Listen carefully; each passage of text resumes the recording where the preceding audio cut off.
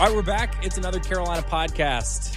End of the football season edition. Obviously, we have a lot more to do. These next couple months are basically as busy as the actual football season as recruiting comes to a head with early signing period and then National Signing Day in February.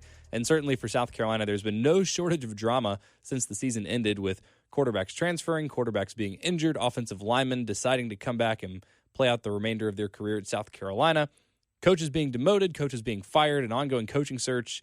And for those of you that aren't that interested in hearing about the Clemson game, I'll let you know up front that we're going to spend the majority of the day talking about the coaching search for South Carolina's next offensive coordinator. Wes and Chris are very well connected and have heard a lot of names, have heard a lot of mutual interests, some non-mutual interests. They're going to tell you everything that they've been hearing about the coaching search in that respect for South Carolina. But before we get into the Clemson game and the offensive coordinator coaching search, I want to remind you all to rate, review, subscribe to the podcast. If you like it and you want us to keep doing it, that's a great way to support the podcast. Share it with your friends. It's a great way to just let us know that you like what we're doing and you want us to do more of it because we have a lot of fun. We hope you all enjoy it and welcome all the feedback that you guys want to give. If you love a segment, if you hate a segment, if you hate the sound of my voice, if you want Chris to start hosting, let us know that kind of stuff. We want to take that into consideration so that we can make this the best possible product for your listening pleasure. The next 5 minutes will probably not be a maximization of your listening pleasure necessarily, but I do feel a sense of obligation to talk about the South Carolina-Clemson game because it did actually happen. People watched it. I watched it. I didn't watch it again. I try to watch all the games twice, but there was just nothing I didn't think to learn, or nothing interesting that really happened in that Clemson game, which is basically my stance. But I'll start with you, Chris. Anything surprising or noteworthy from the Carolina-Clemson game, or did it go exactly like you expected? It went exactly, yeah. I mean, literally, that's been the bulk of the conversations I've had with people, whether it's Wes and I talking about it after the game or whatever. It's just, it just sort of, there were zero surprises. South Carolina couldn't score, couldn't move the ball consistently, couldn't score. Clemson, the defense played well enough at times, but it was same deal. Poor field position for the defense, got into some bad situations. You get Clemson into some third down situations, which we figured the defense would do, and we figured Clemson would either have Lawrence get out of trouble or the receivers would go make plays one-on-one. And that's pretty much exactly what happened. I think the only surprise, and I wouldn't even call it that, because I didn't think this would be the doomsday, 70-0 or whatever that people were saying.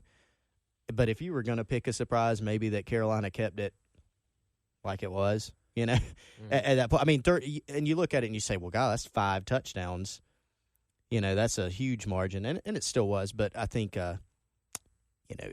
that would really be the only surprise is if you thought it was going to be an even worse margin of error. Yeah, I that would be the only thing that I would say is that it wasn't worse that Clemson didn't score 40.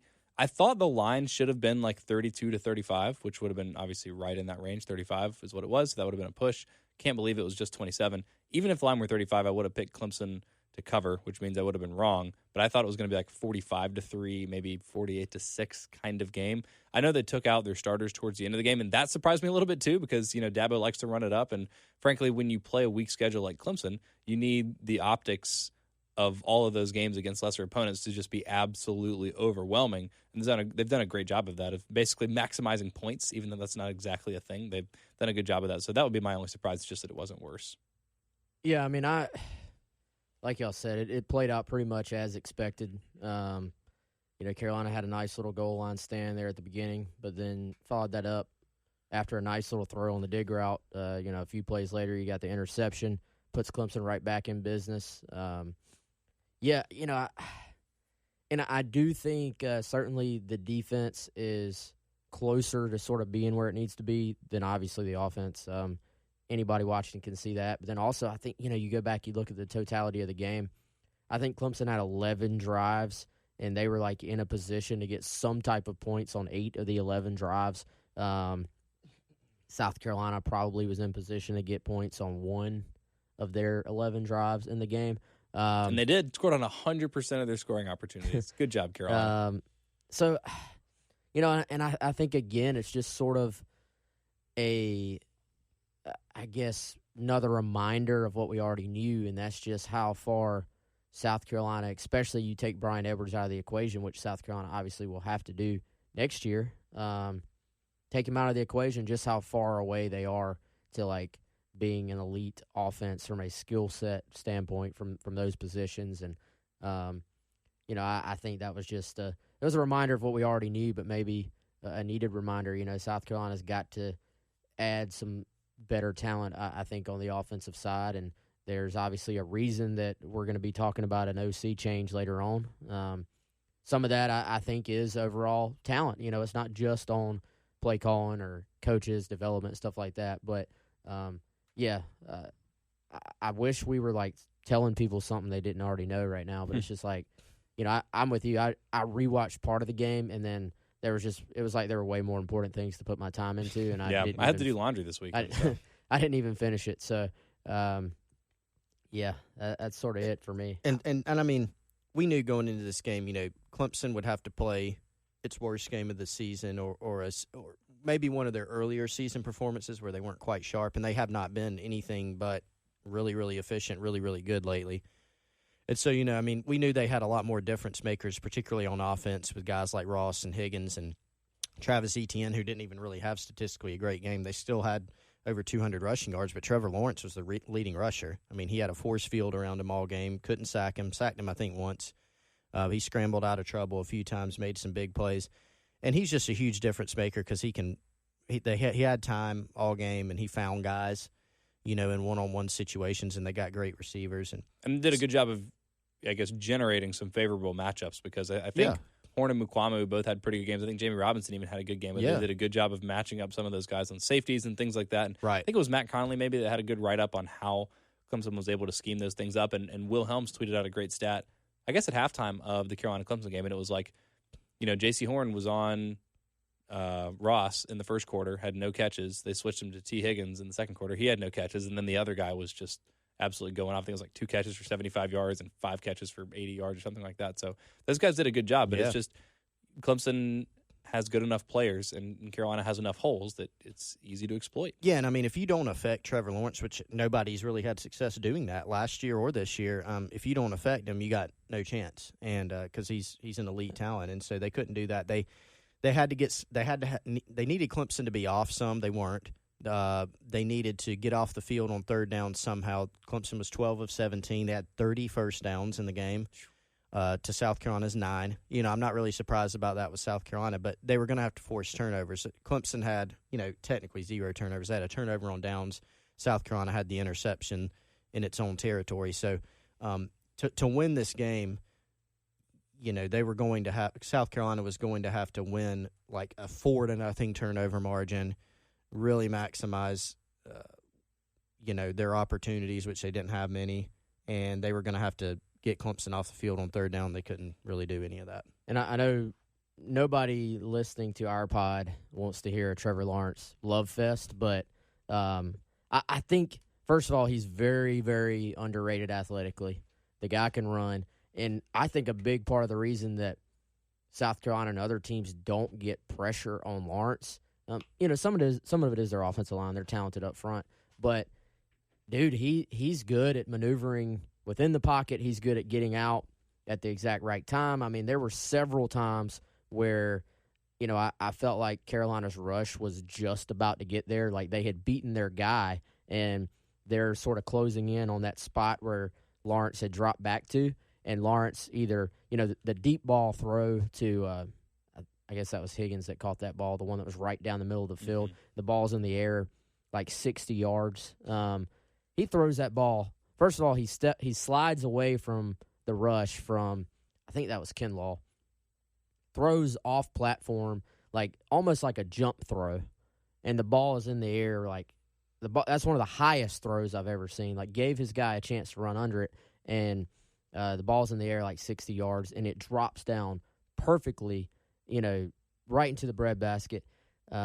His ability, his arm strength, sort of almost like breaks it breaks the rules of defenses at the college level. I feel like most quarterbacks, that guy has now. It's like when you're playing backyard football and everybody starts running around.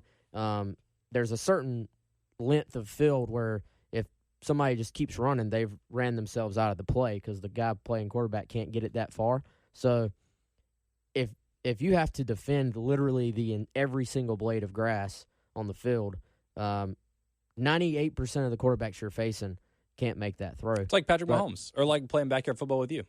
But true. You know, But you have to cover every single bit of that acre. But this guy can't, this guy can make those throws, and then even Higgins was wide open. But eBay wasn't within 10 yards of him, but he didn't even need to put it on the money, but he did anyway. But even the way he caught that ball like directly down over his shoulder, and just made it look easy.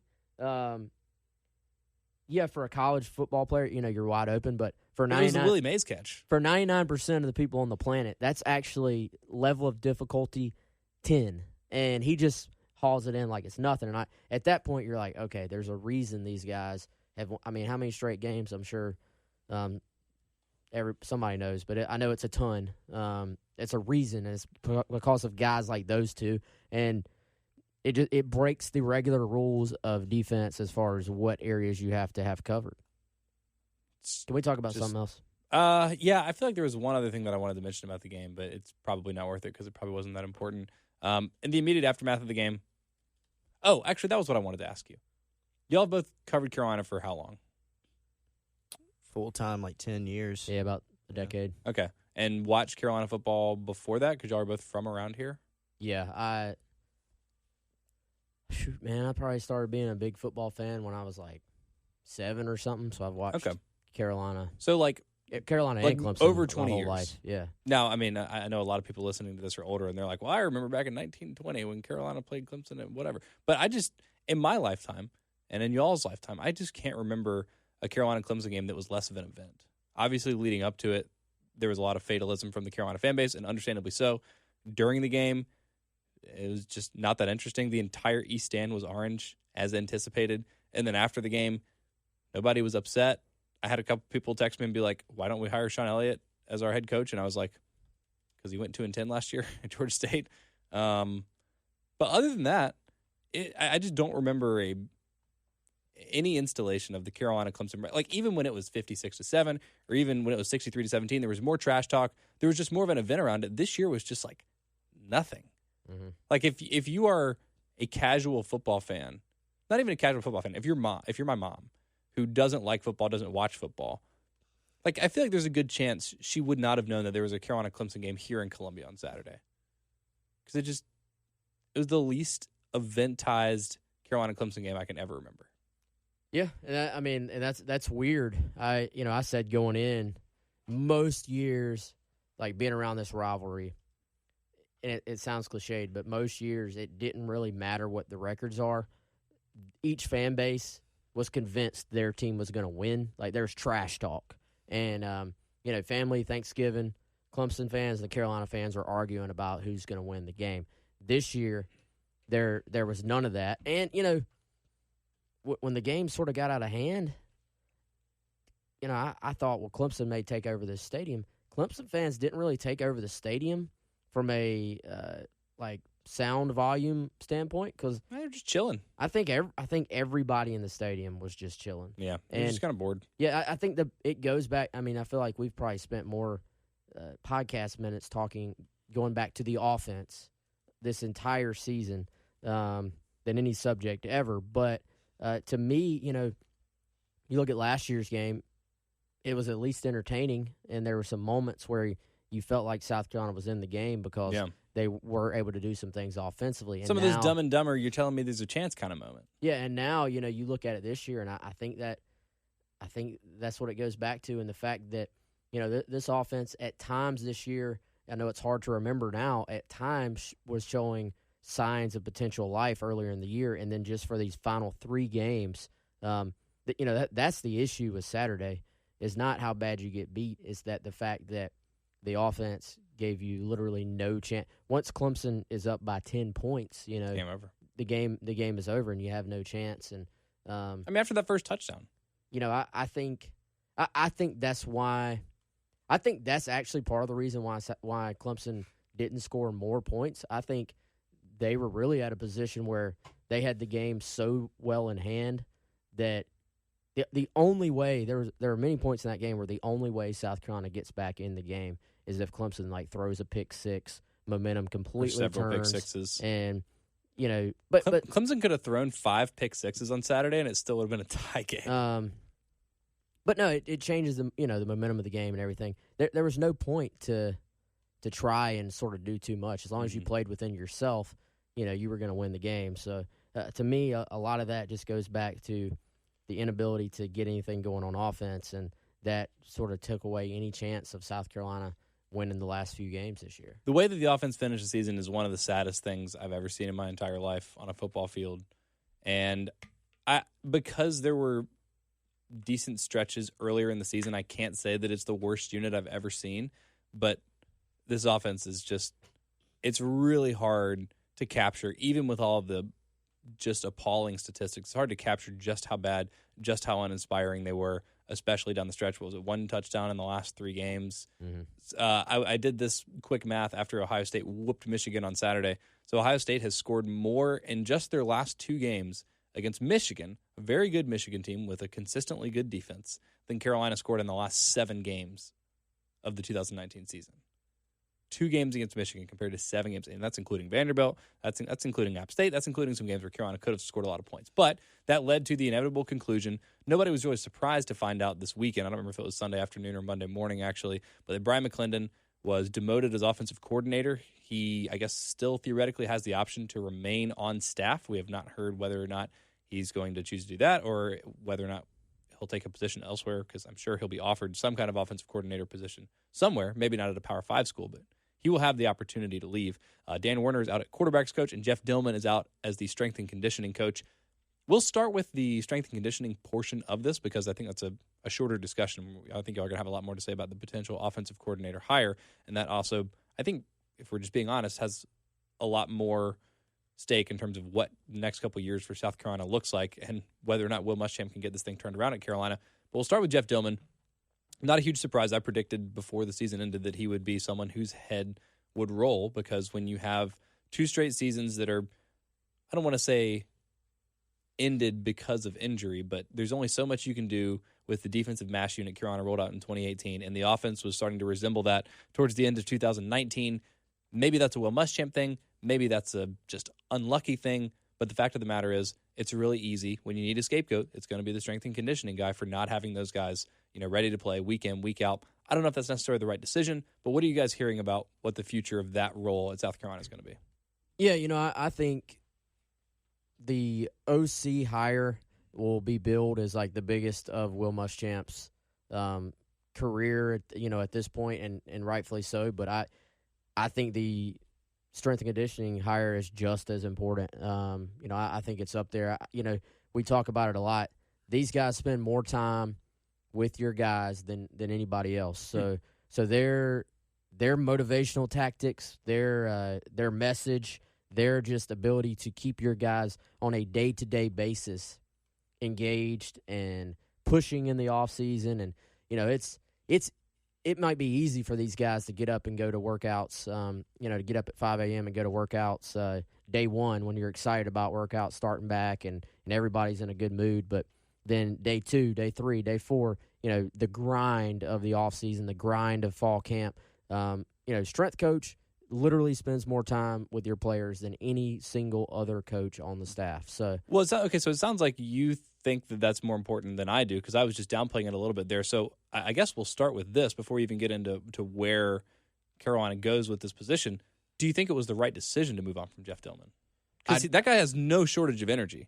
He's very charismatic in the room. I don't know if the players respond to him, and maybe that's part of why it happened. But, if it really is that important, it seems like he meets the sort of qualifications that you would need. Yeah, to answer your question, yes. I think it was time for a change. I understand why they made the change. I think you need, at some point, you need a new message. It helps to, with any type of leader, if you hear the same things over and over and over again, it maybe is exciting at first. You like what you're hearing at first, but then over time, maybe you tune guys out. Maybe it gets old. Maybe guys start playing favorites. I think it over time. Sometimes just having a change and a different voice and a different approach. Not to mention all the injury stuff. there are different approaches. If you want to get really detailed from like a strength and conditioning coach standpoint, there are different philosophies and different ways of doing this, and different coaches have different sort of, not just approaches, but different focuses on exactly what their top priority is and how they want to get to the goal of A, keeping everybody healthy, B, having everybody conditioned, and C, having everybody as strong as they can possibly be. But there's different ways to structure all that. I think from everything I've gathered, the injury stuff, obviously, without even getting into the details of the blame of exactly why or what Dillman could have done differently, just the fact of how many injuries there are, I like the change. And I think from a standpoint of just with where the program is right now, coming off a 4-8 season, the fact that you sort of need to rally this program, and if you're going to sort of stick with Will Muschamp and make one last push at this thing, I think change is good, and I think they need a guy with maybe a little bit different approach, both from a strength conditioning literal standpoint and both from a motivational tactic standpoint, and just let the guys hear a different voice. So who is that guy? Well, we don't know yet. I mean, whether is it going to be you, Chris? It is not going to be me. I don't know enough about it. Wes does. Wes is a gym rat. He is. He would be a better. He would be a better hire than me. The amount, the amount of like science and background that actually goes into a gig like that now, is insane. It is. I wish they would hire John Brinkus. You remember him? He could ESPN put out some Sports cool Science. videos. I'm John Brinkus. He has really big ears. Love John Brinkus. They should hire him. Well, he put out some cool videos. I know. He did a special on Melvin Ingram one time. Yeah, that was pretty incredible. Yeah, all of his videos how are quick cool. he was. But there's some names that have come up. But I think whether we're talking, I think we can apply this sort of thought to both of them. Is they're still working through it, and there's a lot of names that have been or will be involved with both the OC search and the strength search. I mean, there's some names that have come up that have some ties to Will Muschamp, and there's some that do not really have as many ties. For example, I mean, one that's come up is Joe Ken from the Carolina Panthers. Of course, that Ron Rivera was let go recently, yesterday, I guess. I don't think, the last I heard, I don't think he was going to really be involved at this point. He might stay in the NFL. He might have some other opportunities, but there's some other guys that are involved. I just don't know. The question that I have is, how different will Will Muschamp go? Will he go with a guy that's, maybe radically different, or does he stay sort of along the same lines? I mean, a lot of questions. There have been a couple names that have come up that of guys that have worked maybe for 1 year under Jeff Dillman, or been an assistant at other places that Muschamp's been, and a lot of people say, well, why? If you're just going to do the same thing. But I think it's important to remember that even guys who worked under other guys, I mean, they've got their own style, they got their own voice, they got their own system. But I do think it's probably a good idea to do something maybe a little bit differently, than you're accustomed to, change some things up, whether it's offense or the strength coach.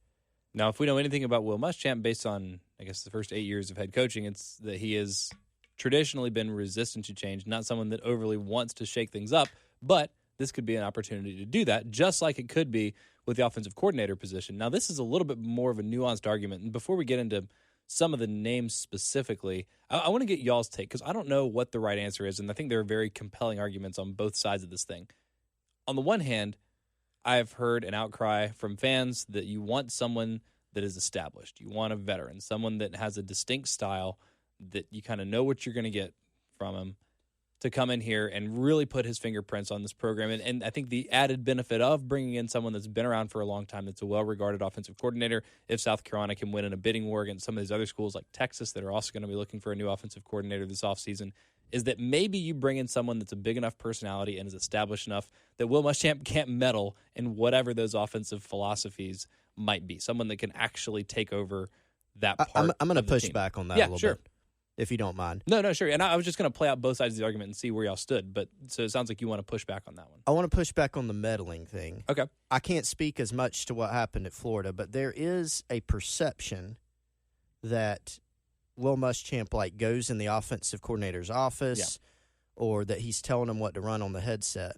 It's not true. Yeah, I don't believe that's true, and maybe I should have chosen a word better than fine. meddling. Yeah. But I guess what I mean by that is there's something philosophy. there's something like about the general conservative philosophy that is Will Muschamp football that I feel like even if he's not telling Brian Mcclendon, run this, call this, here's how we're handling these situations, it's just the philosophy of the program that sort of permeates that, which is why someone that's like, I don't want to say young and impressionable to make it sound like Brian Mcclendon doesn't have an opinion, but I mean that's really hard when you're a first year and second year offensive coordinator to say this is what I do, and to really kind of bring in your own identity and not be influenced by just the general conservatism that is the Will Muschamp approach. So that would be the benefit of bringing in a veteran. Right. Yeah. I mean, I do hear that that's going to be an emphasis, as somebody that – now, there are some names on the list that maybe aren't quite as experienced, and there are some that have years of experience. So I think what it is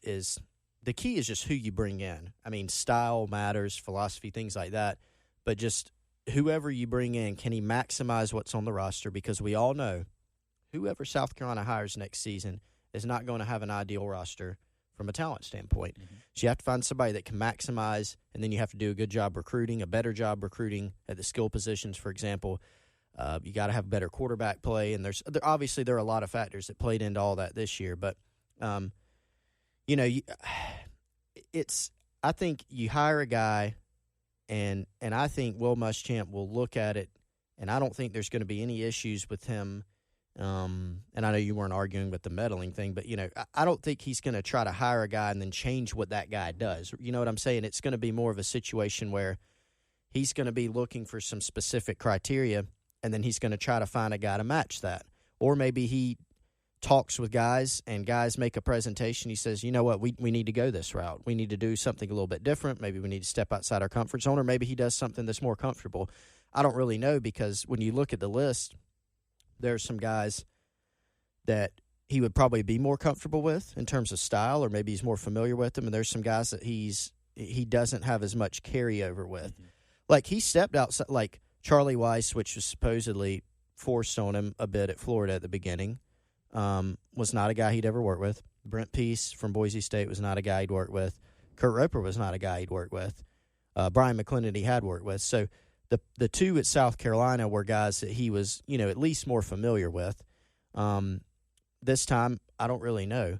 But I think it's just important for him to hire a guy that, it doesn't have to be a tree guy that he knows. It doesn't even have to be somebody that's not a tree guy. It just needs to be someone good. And right. So from a philosophy standpoint, I don't know, but I think it's going to have to be someone that I think he'll leave whatever guy he hires. He's going to leave him alone to do the job. It's just about getting the right one. Right. Well, and then I guess I should also say this sort of in defense of Will Muschamp, because I feel like this part of the narrative has sort of been warped. And look, I'm as hard on him as anybody, so I want to give credit where credit's due, because I did say earlier that he hasn't necessarily been willing to change it up, but he has taken different approaches to how he hires offensive coordinators. You mentioned Charlie Weiss, maybe not completely his decision, but that was someone that was very respected at the time in the world of college football, at least just as someone that can get in there, call plays, draw up an offense, whatever. When you go and get Brent Peasy out of Boise State, I mean, that was when Boise State was coming off of one of the best runs that we've ever seen from a mid-major team, where they were putting up points, and they had like a lot of talented guys, but he was clearly maximizing those rosters in a way that most mid-major coaches and offensive coordinators aren't able to do. So you go out and you get a guy that is like a combination of an up-and-comer, but also, someone that's been around and has proven his worth in the bigger landscape of college football. So that's a hire that's like based on prestige. You go get Kurt Roper, someone who is a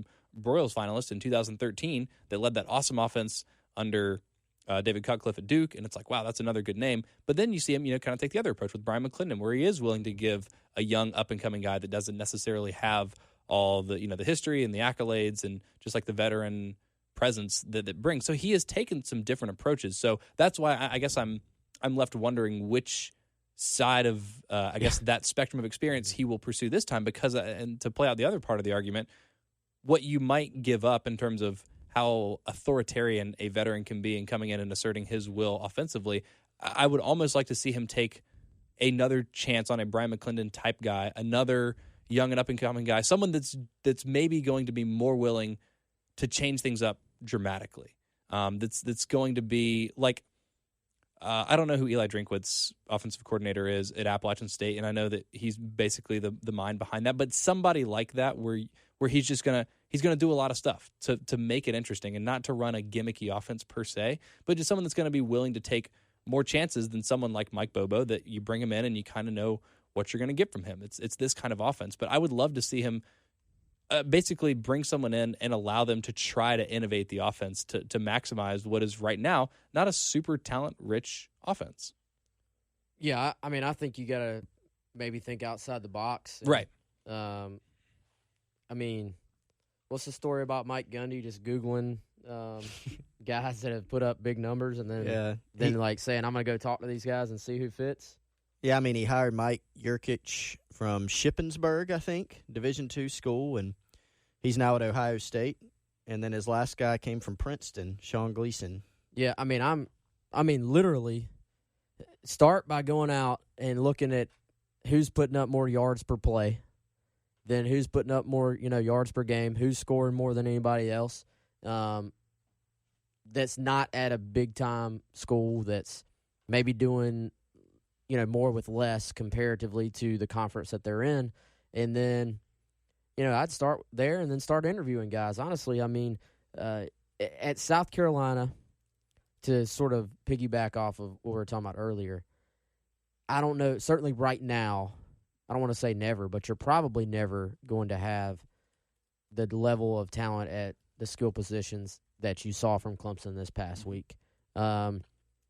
Not taking anything away from their offensive coaching staff, but I think you could take a random good high school offensive coordinator from the state of South Carolina and give them Clemson's players in college football, and they probably would do pretty well. Mm-hmm.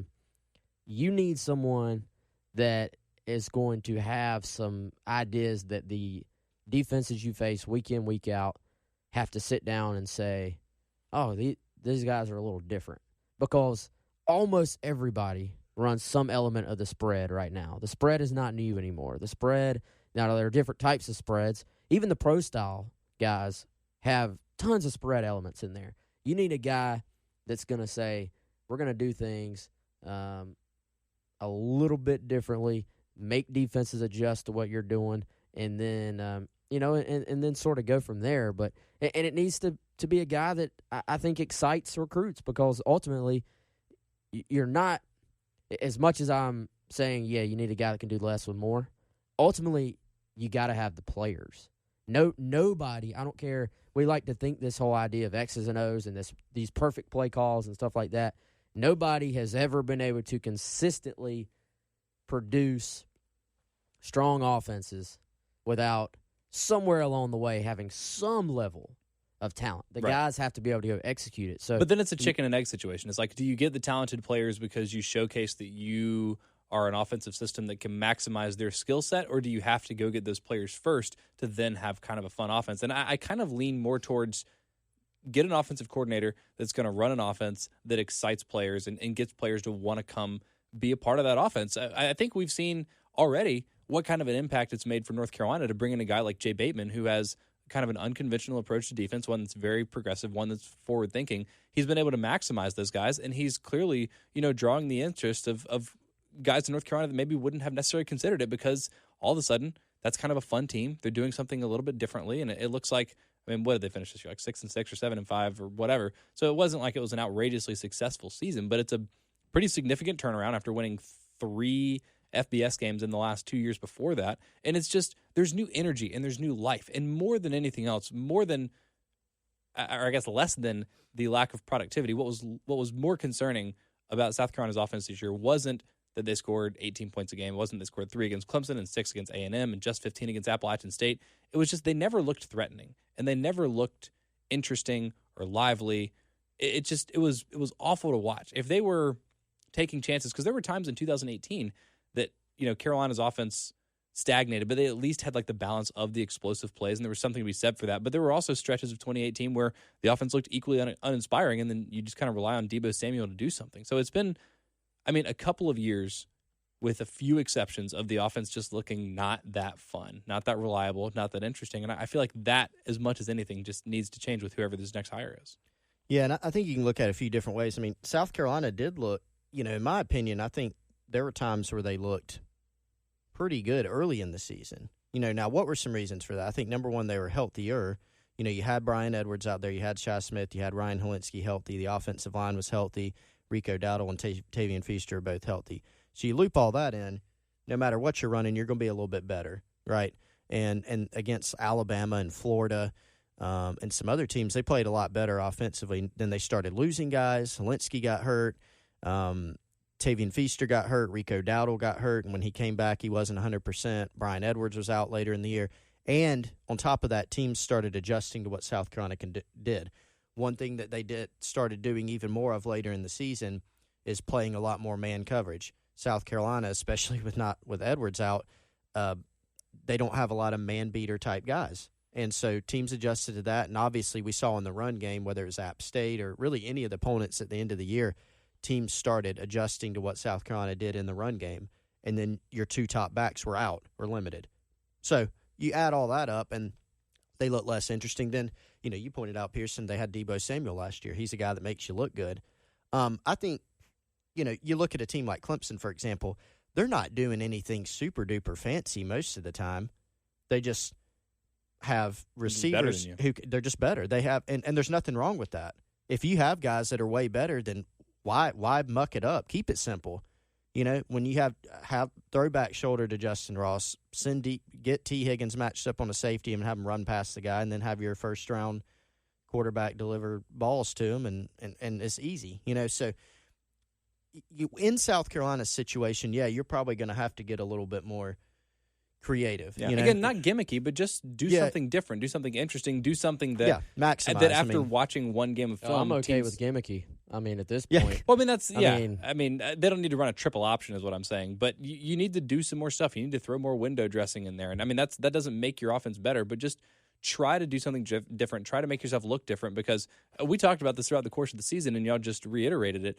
It became so easy for teams to game plan against South Carolina. Your job as an offensive coordinator, to go back to your point, Wes, if you have good players, that pretty much takes care of itself. Like, if you're absolute garbage, there's still kind of there's still kind of a floor for how bad your offense can actually be. So good players takes care of it.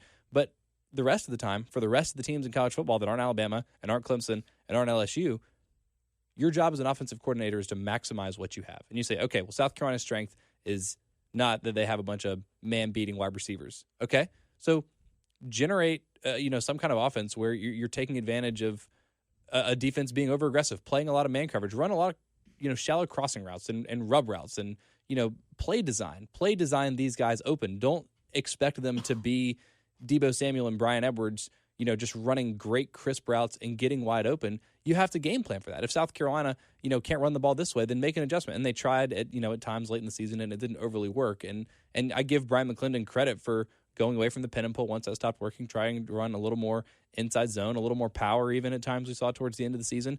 That's fine. And if it doesn't work, it doesn't work. But Carolina just needs to be more willing to try things more often. And we just haven't overly seen that the last couple of years. And I think that would be the number one thing that I would look for in an offensive coordinator. And it's going to be tough. Anybody that's hired is going to be walking in, to call it like it is, I think, a tough situation. I mean, there's going to be a lot of pressure on a guy to walk in and fix it. And it's going to be difficult to fix. I mean, to be honest with you. Now, I don't even know if we'd be here right now if this team could have stayed a little bit healthier. I know every team has injuries, but the ones that they had were rough. Yeah, I don't know. Brian Edwards wasn't the difference in Carolina losing. No, but they didn't have. All right, but they didn't have. No, they wouldn't have beat Clemson regardless. Mm-hmm. They were fully healthy in the North Carolina game. They had Brian Edwards in the Appalachian State game. Yep. Now, that was the North Carolina game. There's zero excuse. Right, I'm just saying that I'm not totally sure, and I include last year in that. I'm including the defense last year, right? Because they lost games because of the defense last year. Sure, yeah. They scored enough points to beat Florida, and the defense was complicit in the North Carolina game too, and they were also healthy. But, you look at would they have another win or two this year if they had every single player healthy?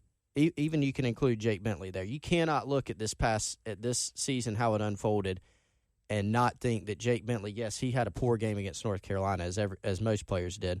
You can't think that he wouldn't have played a little bit better, but that's another discussion. 100% healthy Jake Bentley would have been better than 75% or 50% healthy Ryan Helinski, whatever. Yes. You will get no arguments from even me, the harshest Jake Bentley critic There's around. no doubt. So my point is, it's a difficult situation right now with the offensive coordinator deal because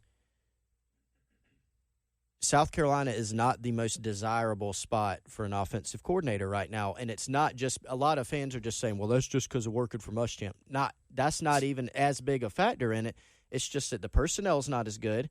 Some of your targets, if you're hiring – here's sort of like a newsflash thing. If you're trying to hire a really good offensive coordinator, he's probably going to have other options. Mm-hmm. He's either already in a good situation or he's got other options to get in a good situation. Chad Morris, for example, he would probably be a good hire, but – he's going to have other options. He's getting some head coaching looks at smaller schools. Right. And he's getting some OC looks near Texas where he has roots and where all his family is right now. So, you know.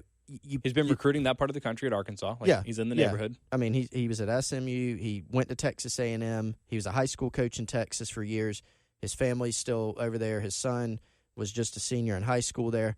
So, I mean, and his son is looking for a new home now because he was committed to Arkansas. So there's just all these different things, and Morris isn't the only one. There are other candidates that are on the board that either have or will have other options, and so they have to assess that and say, what's the personnel like? What's the stability like? So there's a lot of things to consider, and whatever guy gets hired is going to be walking into a situation where he's going to be expected to produce. And that's why I feel like those top veteran guys, Carolina, I mean, not that they shouldn't pursue them, because obviously if you can get somebody that's got a lot of pedigree that for whatever reason wants to come to South Carolina and believes in the talent and believes in Helinski, and if Marshawn Lloyd stays committed, you know, just wants to coach someone that's a 5-star caliber running back, you know, there are all those things that are still on the table that could theoretically make this happen. So I don't want to say Carolina should jump ship, but those bigger name established veterans are going to go elsewhere. You mentioned the Texas offensive coordinator job. There have been talks that, you know, maybe Graham Harrell could be a guy that they poach from Southern Cal to get that job, and then all of a sudden Southern Cal's got an offensive coordinator opening. So if Chad Morris doesn't get the job at Texas, maybe he'd rather go coach for Clay Helton for a Southern Cal team that was just 8-4 that pretty much has their pick of the litter in the state of California and can dominate, or at least have the possibility to dominate, or at least be very competitive, more competitive in the Pac-12 than he would here at South Carolina, you know, in a still a depleted East, but an East in which South Carolina lost to Tennessee and lost to Missouri. And, you know, it's a long road to hoe. So there are a lot more desirable positions, which is why I feel like some of those other kind of mid-tier names are going to be a little more interesting. That being said, what are y'all hearing? Wes, who are you hearing is at the top of the list for South Carolina that you think is a realistic option? Yeah, you know, and the realistic option part is where you, I guess, sort of start to get into, you know, some gray area. I think, to sort of complete my thoughts on all that, I think there is value if you can go get a Chad Morris. Although it's even worth mentioning with a guy like that. When Chad Morris got to Clemson and fixed their offensive woes, he had Andre Ellington as a running back. He had a solid quarterback already in Taj Boyd, was already there. I think DeAndre Hopkins, Sammy Watkins were all already there. You had some guys to work with. Now, he did some things that the previous staff obviously could not do, and then he goes out and recruits a guy by the name of Deshaun Watson, who's been throwing touchdowns on the screen in the NFL right in front of us while we've been recording this. So, you know, I'm not saying by any means that would be a bad hire, but any of these hires would come with a level of risk. I do think there's value, if we're talking about our chicken or the egg scenario, there is value in hiring a known guy, if you can get him, that brings some excitement and that maybe brings a guy or two along with you. Mm-hmm. Maybe your personnel gets better if there's a guy out there who really liked Chad Morris in the recruiting process, but, you know, basically knew that Arkansas' situation was bad, and then Chad Morris gets fired. Maybe there's a guy with a prior relationship that comes with one of these guys, and all of a sudden your personnel gets better, and you say, all right, you know, young, developing offensive line. You had Marshawn Lloyd to, you know, the running back position. You take Shi Smith, you develop Xavier Legette, you bring in a stud, and all of a sudden you have a few pieces to work with. So, to me, you either have to bring in a guy that can maybe bring in some guys with him, or B, if you can't do that, I say go all out, even if it is a gimmick, whatever, bring in a guy that does something completely different than everybody else. So let me sidebar real quick because I want to ask a question on the Morris thing before I forget, because I know that other people have had this question, including my roommate who asked me, and I was like, I don't really know, because you mentioned bringing someone with you, and Chris, you just mentioned Chad Morris kid is a quarterback, just finished his senior year of high school. It seems like, depending on where Morris lands, that could also be a landing spot for his kid. Would that jeopardize Carolina's standing with Luke Doty? Would they be willing to bring that guy in? Would that complicate a potential hire for Chad Morris if it became a package deal with this kid? Yeah, I think it complicates things because Luke Doty is South Carolina's guy. He is signing with South Carolina on December the 19th, 18th. 18th. I checked in on that, even with all the offensive, changes. His quarterback's coach is obviously, retiring, and you look, this is your guy. This is, potentially the future of your offense. Will Muschamp reached out to Doty on Sunday after all the news was coming out. He's reaffirmed he's going to South Carolina, and South Carolina has reaffirmed to him, hey, you're our guy. There have been some rumblings, about does that play in? Would regardless of where it is, would Chad Morris want to bring his kid with him? There's been rumblings about that because he was committed to Arkansas. Yes. Now, a lot of people have him pointed towards Oklahoma, possibly, which obviously would be a great situation for him. There's been rumblings about Chandler Morris possibly like gray shirting at South Carolina, like delaying enrollment because South Carolina obviously will sign some type of 2021 quarterback. They don't have anyone committed there yet. Those are all, I would say, more in the rumor category. Right now, I wouldn't put that as me saying that as a fact. But, I think everything's on the table. If you're Morris and you have there's the thing, and to sort of answer your initial question, Chad Morris is one of the names that Chris and I have both heard, from independent people that, would know. Right. Chad Morris is in the mix. But it wouldn't be a deal breaker for either Morris or South Carolina or Luke Doty if they try to go in that direction, from what you're hearing. Well, it could be complicated, but maybe not a deal breaker. I mean, I can't really say if it would or wouldn't. Okay. I think at least not for Doty. He's committed either way, and Carolina's committed to him. Well, I think I don't see. We'll put it like this: I don't see any way South Carolina brings a quarterback in other than Luke Doty, with the 2020 class. Luke Doty is their guy for 2020. Yeah. Right? Yeah. Past that, I think for one, there's Chad Morris has no reason to jump on the first offer he gets. He's getting paid regardless. Mm-hmm. He gets to figure out what the best fit is, and he gets to make the decision on his own timeline. South Carolina would like to have this thing done, sooner rather than later. A guy like Chad Morris, it may not be possible. We were told from the very beginning there's mutual interest between South Carolina and Chad Morris. I think, from everything we've gathered, there's mutual interest between Chad Morris and multiple other programs as well. That is one of the names that's been out there. Mike Bobo, of course, is one of the names that's been out there. The guy from Indiana, you want to talk about him a little bit? Jalen De Boer? Chris? Or Kaelyn and De I had Boer. some more Chad Morris little notes I wanted to get out too, so someone remind me to actually say it. But yeah, Go ahead. You want to go ahead and hit the Morris stuff? Yeah, we I will was just forget. We will. I'm not reporting this, but I've grown a little bit more skeptical that it will be Morris ultimately if he can get if he wants another college opportunity and can get one more out west. Again, his family's still out there. He's got more roots there. He may think that there's some better situations out that way, or if he gets another head coaching opportunity and still wants to be a head coach. All those things are on the table, so he does have options. He is not. I don't think he's ruled out the South Carolina job, but when you look at it, all things considered, could South Carolina be maybe a little bit down the list? Yeah, and that makes total sense, all things considered. But I had these notes that I haven't run yet on just what Morris did with the offense at Clemson. Now, look, part of that was recruiting. 2011, his first year there, DeAndre Hopkins was a sophomore, and Sammy Watkins was a freshman. And, they had a lot of good players there, Taj Boyd, et cetera. But let me give you a 2-year total of what they did. 2010, before Morris was there, they were 56% completion, 197 yards a game, 1.3 passing touchdowns a game, 17 touchdowns, 14 picks. That's what their quarterbacks did in 2010. They weren't very good. That was their 6-win year. In 2 years, they were a lot better in 2011 too, but in year 2, under Morris, 67% completions, 322 yards per game, 3.1 touchdowns per game passing, 39 touchdowns, and 14 picks.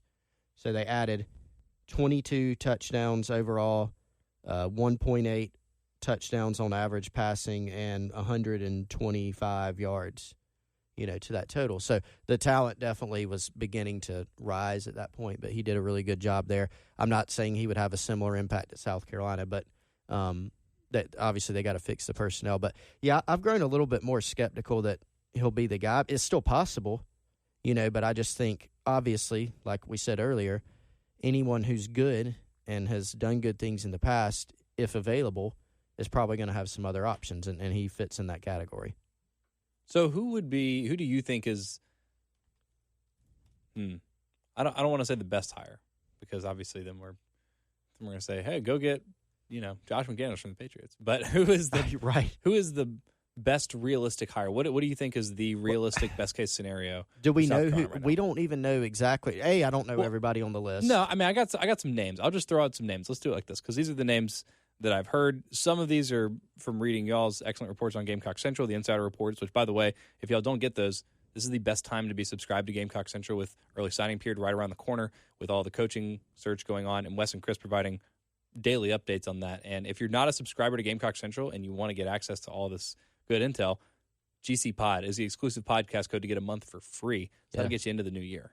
Yeah, or you can do just type in Gamecocks, and you can get, if you're ready to sign up, you say, hey, I don't need a free trial, but I don't want to pay full price. Just type in Gamecocks and in the little code, and you'll actually get 50% off of an annual subscription. So 2 options. Yeah. So a lot of good information. I'm just going to run through some of these names again. Some of them I've read in y'all's Insider Report. Some of them are just people being like, ooh, what if it were this person? We talked about Chad Morris. Matt Canada, who's not in football right now. No. Which is kind of weird. He had, obviously, that stint at Maryland after an unceremonious ending to his career in LSU that I think had more to do with just kind of like personal differences between him and Ed Orgeron than necessarily anything related to football.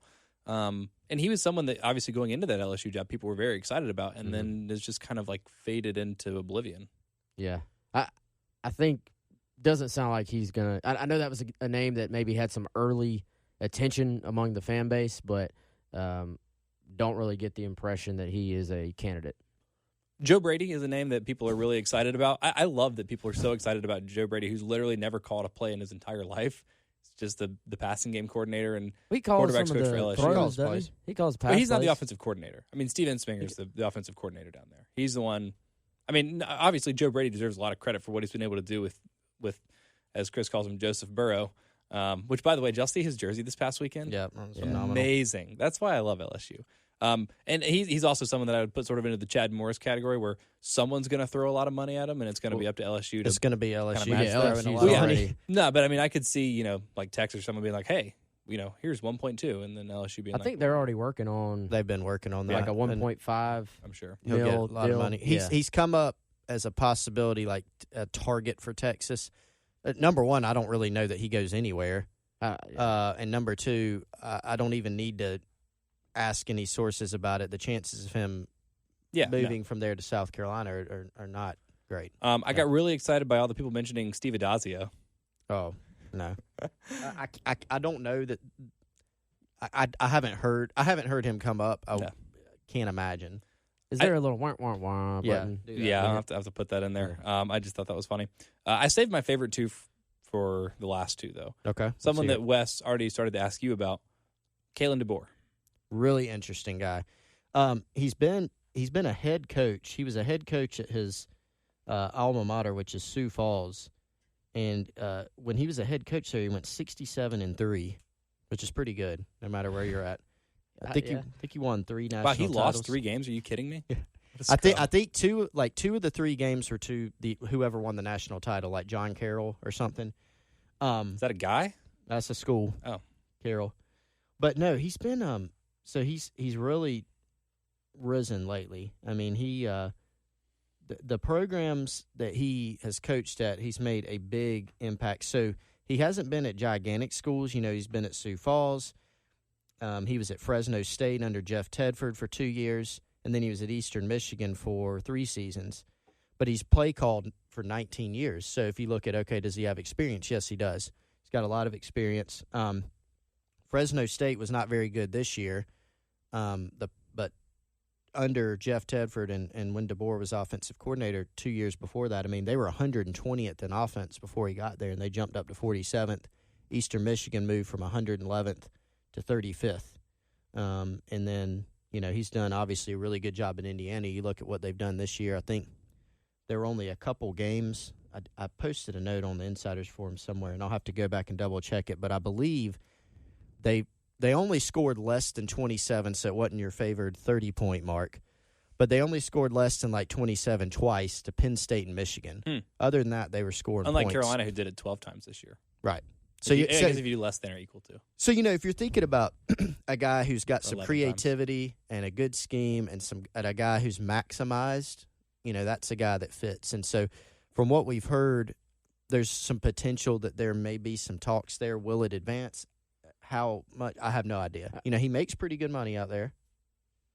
I would say of the names that we've heard and the names that we've talked about, he's probably my favorite of the bunch. And that's without me, there's probably, I want him to go hire, no offense to anyone, I want him to go hire some nerd that has, developed the most efficient offensive plan with some computer. Yeah, from D3 or something. Yeah, I want him to go hire some dude that's just I think so too. I think that'd be fun. That never played football and just was I have developed the most efficient way to deliver the football into the end zone as possible. And that's who I want him to hire. But someone that's as a head coach, is the always onside kick guy, always go for 2, always go for it on 4th. Yeah, Yes. just play money ball, Yes. but in college football. I would be all about that. But that's not going to happen. So with all that said, the guy that I think fits all the things you're looking for and maximizing, doing more with less, Kaelyn De Boer to me is the guy that sort of fits all that. All right. Well, I haven't heard a lot about this since the initial outcry when Brian Mcclendon was demoted. So I don't know if this one's realistic, but I saved my personal best for last. What about Rhett Lashley? Oh, that's one that's come up. He's come up. He's on the list. He, again, like we said earlier, there's a combination of guys that really don't have any ties and some guys that do. So Lashley does have some ties. The year when right, Westchip was at Auburn for a year. Yeah. Lashley was there on staff. So he's not as experienced as some other guys. He has been on staff where he has not called plays. For example, there was one year at Auburn where he called some plays and then Malzahn took it over again. I think that was 16 or 17, which is I think that was kind of why he left, is because Malzahn started to take some of those play calling responsibilities from him. You're dead on with that, I think. And, so it's interesting because, Lashley played for Malzahn in high school, so he's come up under his system, but he also went to SMU and has been calling Sonny Dykes' system over there. So he's got sort of an interesting background with some different systems and has done a good job at SMU. And, one of his years was at UConn. They're awful. And Unless they're playing Carolina in the PapaJohns.com Bowl. Right, they were a little bit better back then. But they've been largely awful for several years. He's still made an impact on their offense in terms of making them serviceable at times, which is, that's probably a notch on your belt to do that. So, yeah, he is an interesting name.